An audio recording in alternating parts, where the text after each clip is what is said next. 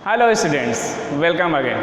आज के इस वीडियो में हम अरिथमेटिक प्रोग्रेशन शुरू करने जा रहे हैं। इससे पहले की वीडियोज़ में मैथ्स के हम लोग real number, polynomial, pair of linear equation in two variable and quadratic equation पढ़ चुके हैं। उसके एनसीईआरटी क्वेश्चन सॉल्व कर चुके हैं और बोर्ड में जितने भी इंपॉर्टेंट क्वेश्चंस आ सकते हैं या आ चुके हैं उसको भी हम लोग डिस्कस कर चुके हैं। साथ ही साथ जो आपके डाउट्स होते हैं उस पर भी हमने वीडियो बना के आपको दिया है।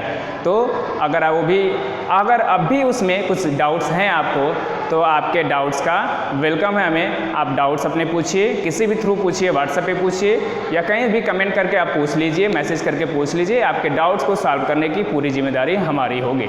तो आज के इस वीडियो में हम शुरू करने जा रहे हैं अरिथमेटिक प्रोग्रेशन, जिसको हम लोग शॉर्ट में एपी भी कहते हैं, जो कि हमारे क्लास 10th का एक तरह से 5वां चैप्टर है और ये काफ़ी इम्पॉर्टेंट रोल प्ले करता है, ना बल्कि बोर्ड एग्जाम्स में क्लास 10th के, बल्कि ये क्लास 11th में भी इन्वॉल्व होगा और साइमल्टेनियसली ये काफ़ी कॉम्पिटिटिव एग्जाम्स में भी आते रहते हैं। यानी ये हमारे लिए काफ़ी एक इम्पॉर्टेंट चैप्टर है।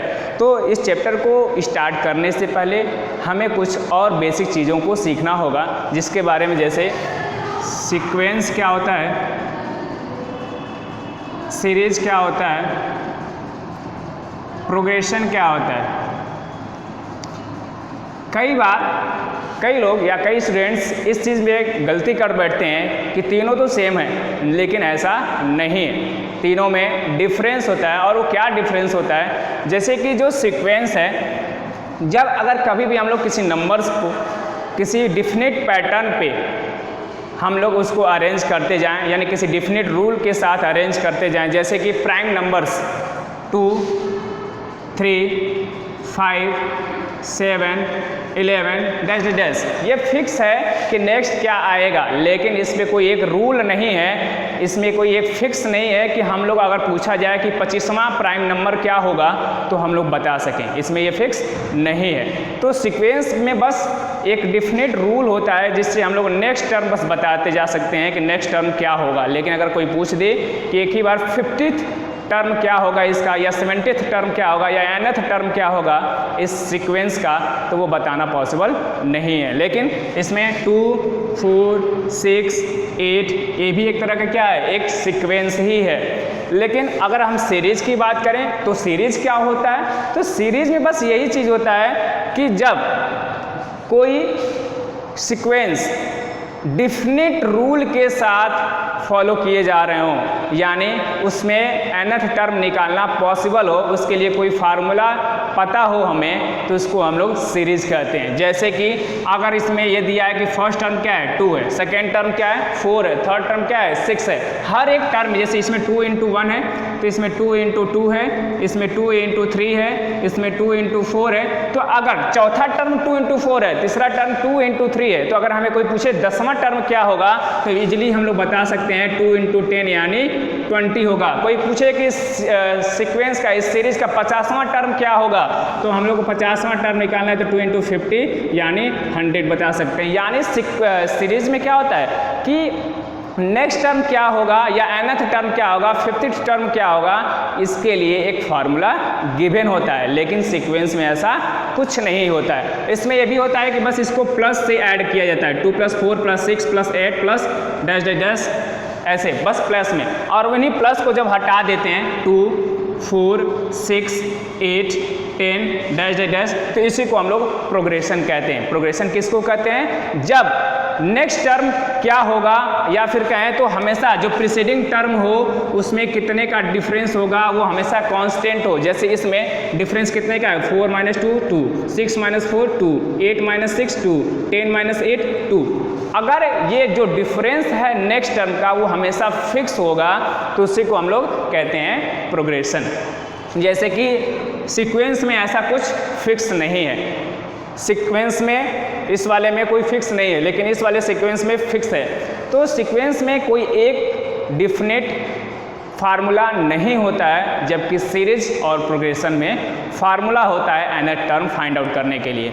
जैसे सीरीज में और प्रोग्रेशन में फिर क्या डिफरेंस हुआ, तो सीरीज में टर्म्स को हर एक इसको नंबर को हम लोग टर्म से डिनोट करते हैं, तो हर एक टर्म्स के बीच में प्लस सिंबल होता है और प्रोग्रेशन में कामा होता है। बस इतने का डिफरेंस है सीरीज और प्रोग्रेशन में। लेकिन सीक्वेंस और सीरीज और प्रोग्रेशन में एक डिफरेंस है कि इसमें कोई nth टर्म के लिए फार्मूला नहीं होता है, जबकि इन दोनों के लिए nth टर्म का फार्मूला होता है। जैसे इसमें अब हमें nth टर्म निकालना तो क्या लिख सकते हैं हम लोग 2 × n, क्योंकि हर एक टर्म में उस नंबर से 2 से मल्टीप्लाई किया जाए। फर्स्ट टर्म निकालना है तो 2 × 1 कर रहे हैं, फिफ्थ टर्म निकालना है तो 2 × 5 कर रहे हैं, 10 टर्म निकालना है तो 2 × 10 कर रहे हैं। यानी अगर हमें nth टर्म फाइंड आउट करना हो तो क्या करेंगे 2 × n कर लेंगे। सिमिलरली जैसे अगर कह दें 5, 10, 15, 20 डैश डैश, तो यहाँ पे अगर हम ऑब्जर्व करें तो देख रहे हैं कि हमेशा क्या है प्रेसिडेंट टर्म में डिफरेंस कितने का है 5 है, और फर्स्ट टर्म है तो 5 × 2 1 है, सेकेंड टर्म है तो 5 × 2 है, थर्ड टर्म है तो 5 × 3 है। ये एक फिक्स हो जा रहा है कि इसमें अगर हमें nth निकालना हो यानी कि यहाँ पे फार्मूला बनाना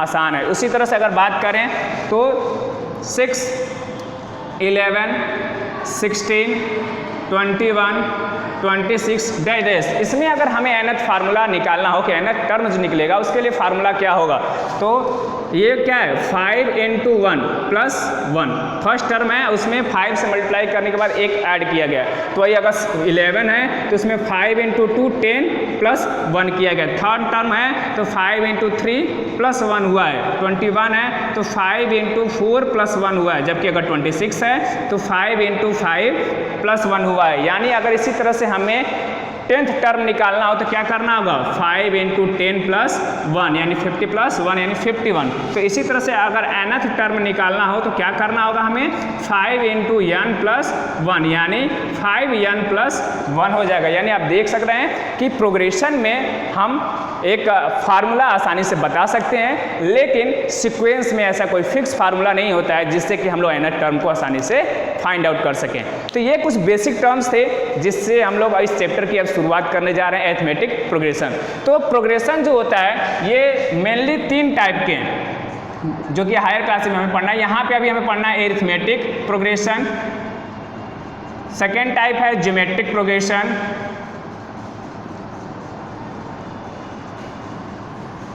और थर्ड टाइप है हार्मोनिक प्रोग्रेशन। डिफरेंस क्या है तीनों में एक बार थोड़ा सा देख ले हम।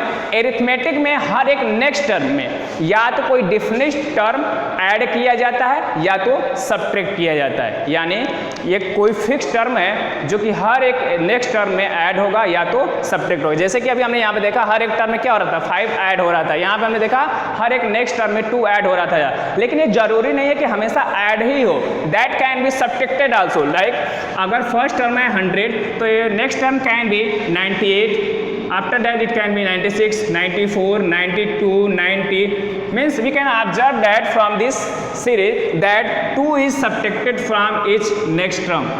प्रीसीडिंग टर्म में हम लोग क्या कर रहे हैं नेक्स्ट टर्म लिखने के लिए -2 करते जा रहे हैं, यानी ये जो डिफिनिट टर्म है जो एक कांस्टेंट टर्म है जो कि यहाँ पे क्या हो रही है सब्ट्रैक्ट हो रही है। तो यहाँ पे प्लस हो रही थी लेकिन यहाँ पे सब्ट्रैक्ट हो रही है, तो हम कह सकते हैं कि जो एक कांस्टेंट टर्म हर एक नेक्स्ट टर्म में ऐड हो रहा है वो पॉजिटिव टर्म भी हो सकता है, नेगेटिव हो सकता है। साइमल्टेनियसली एक चीज़ और इम्पॉर्टेंट है जो हमें याद रखना है कि that can be 0 also. For example we can write 4 + 0, 4 + 0, 4 + 0 dash dash यानी 4 4 4। It is also a type of progression because here also we can say that the constant term that is added to each term is 0. So constant term here is 0.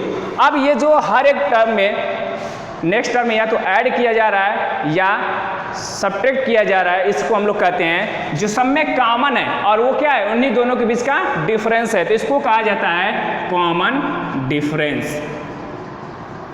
Common difference.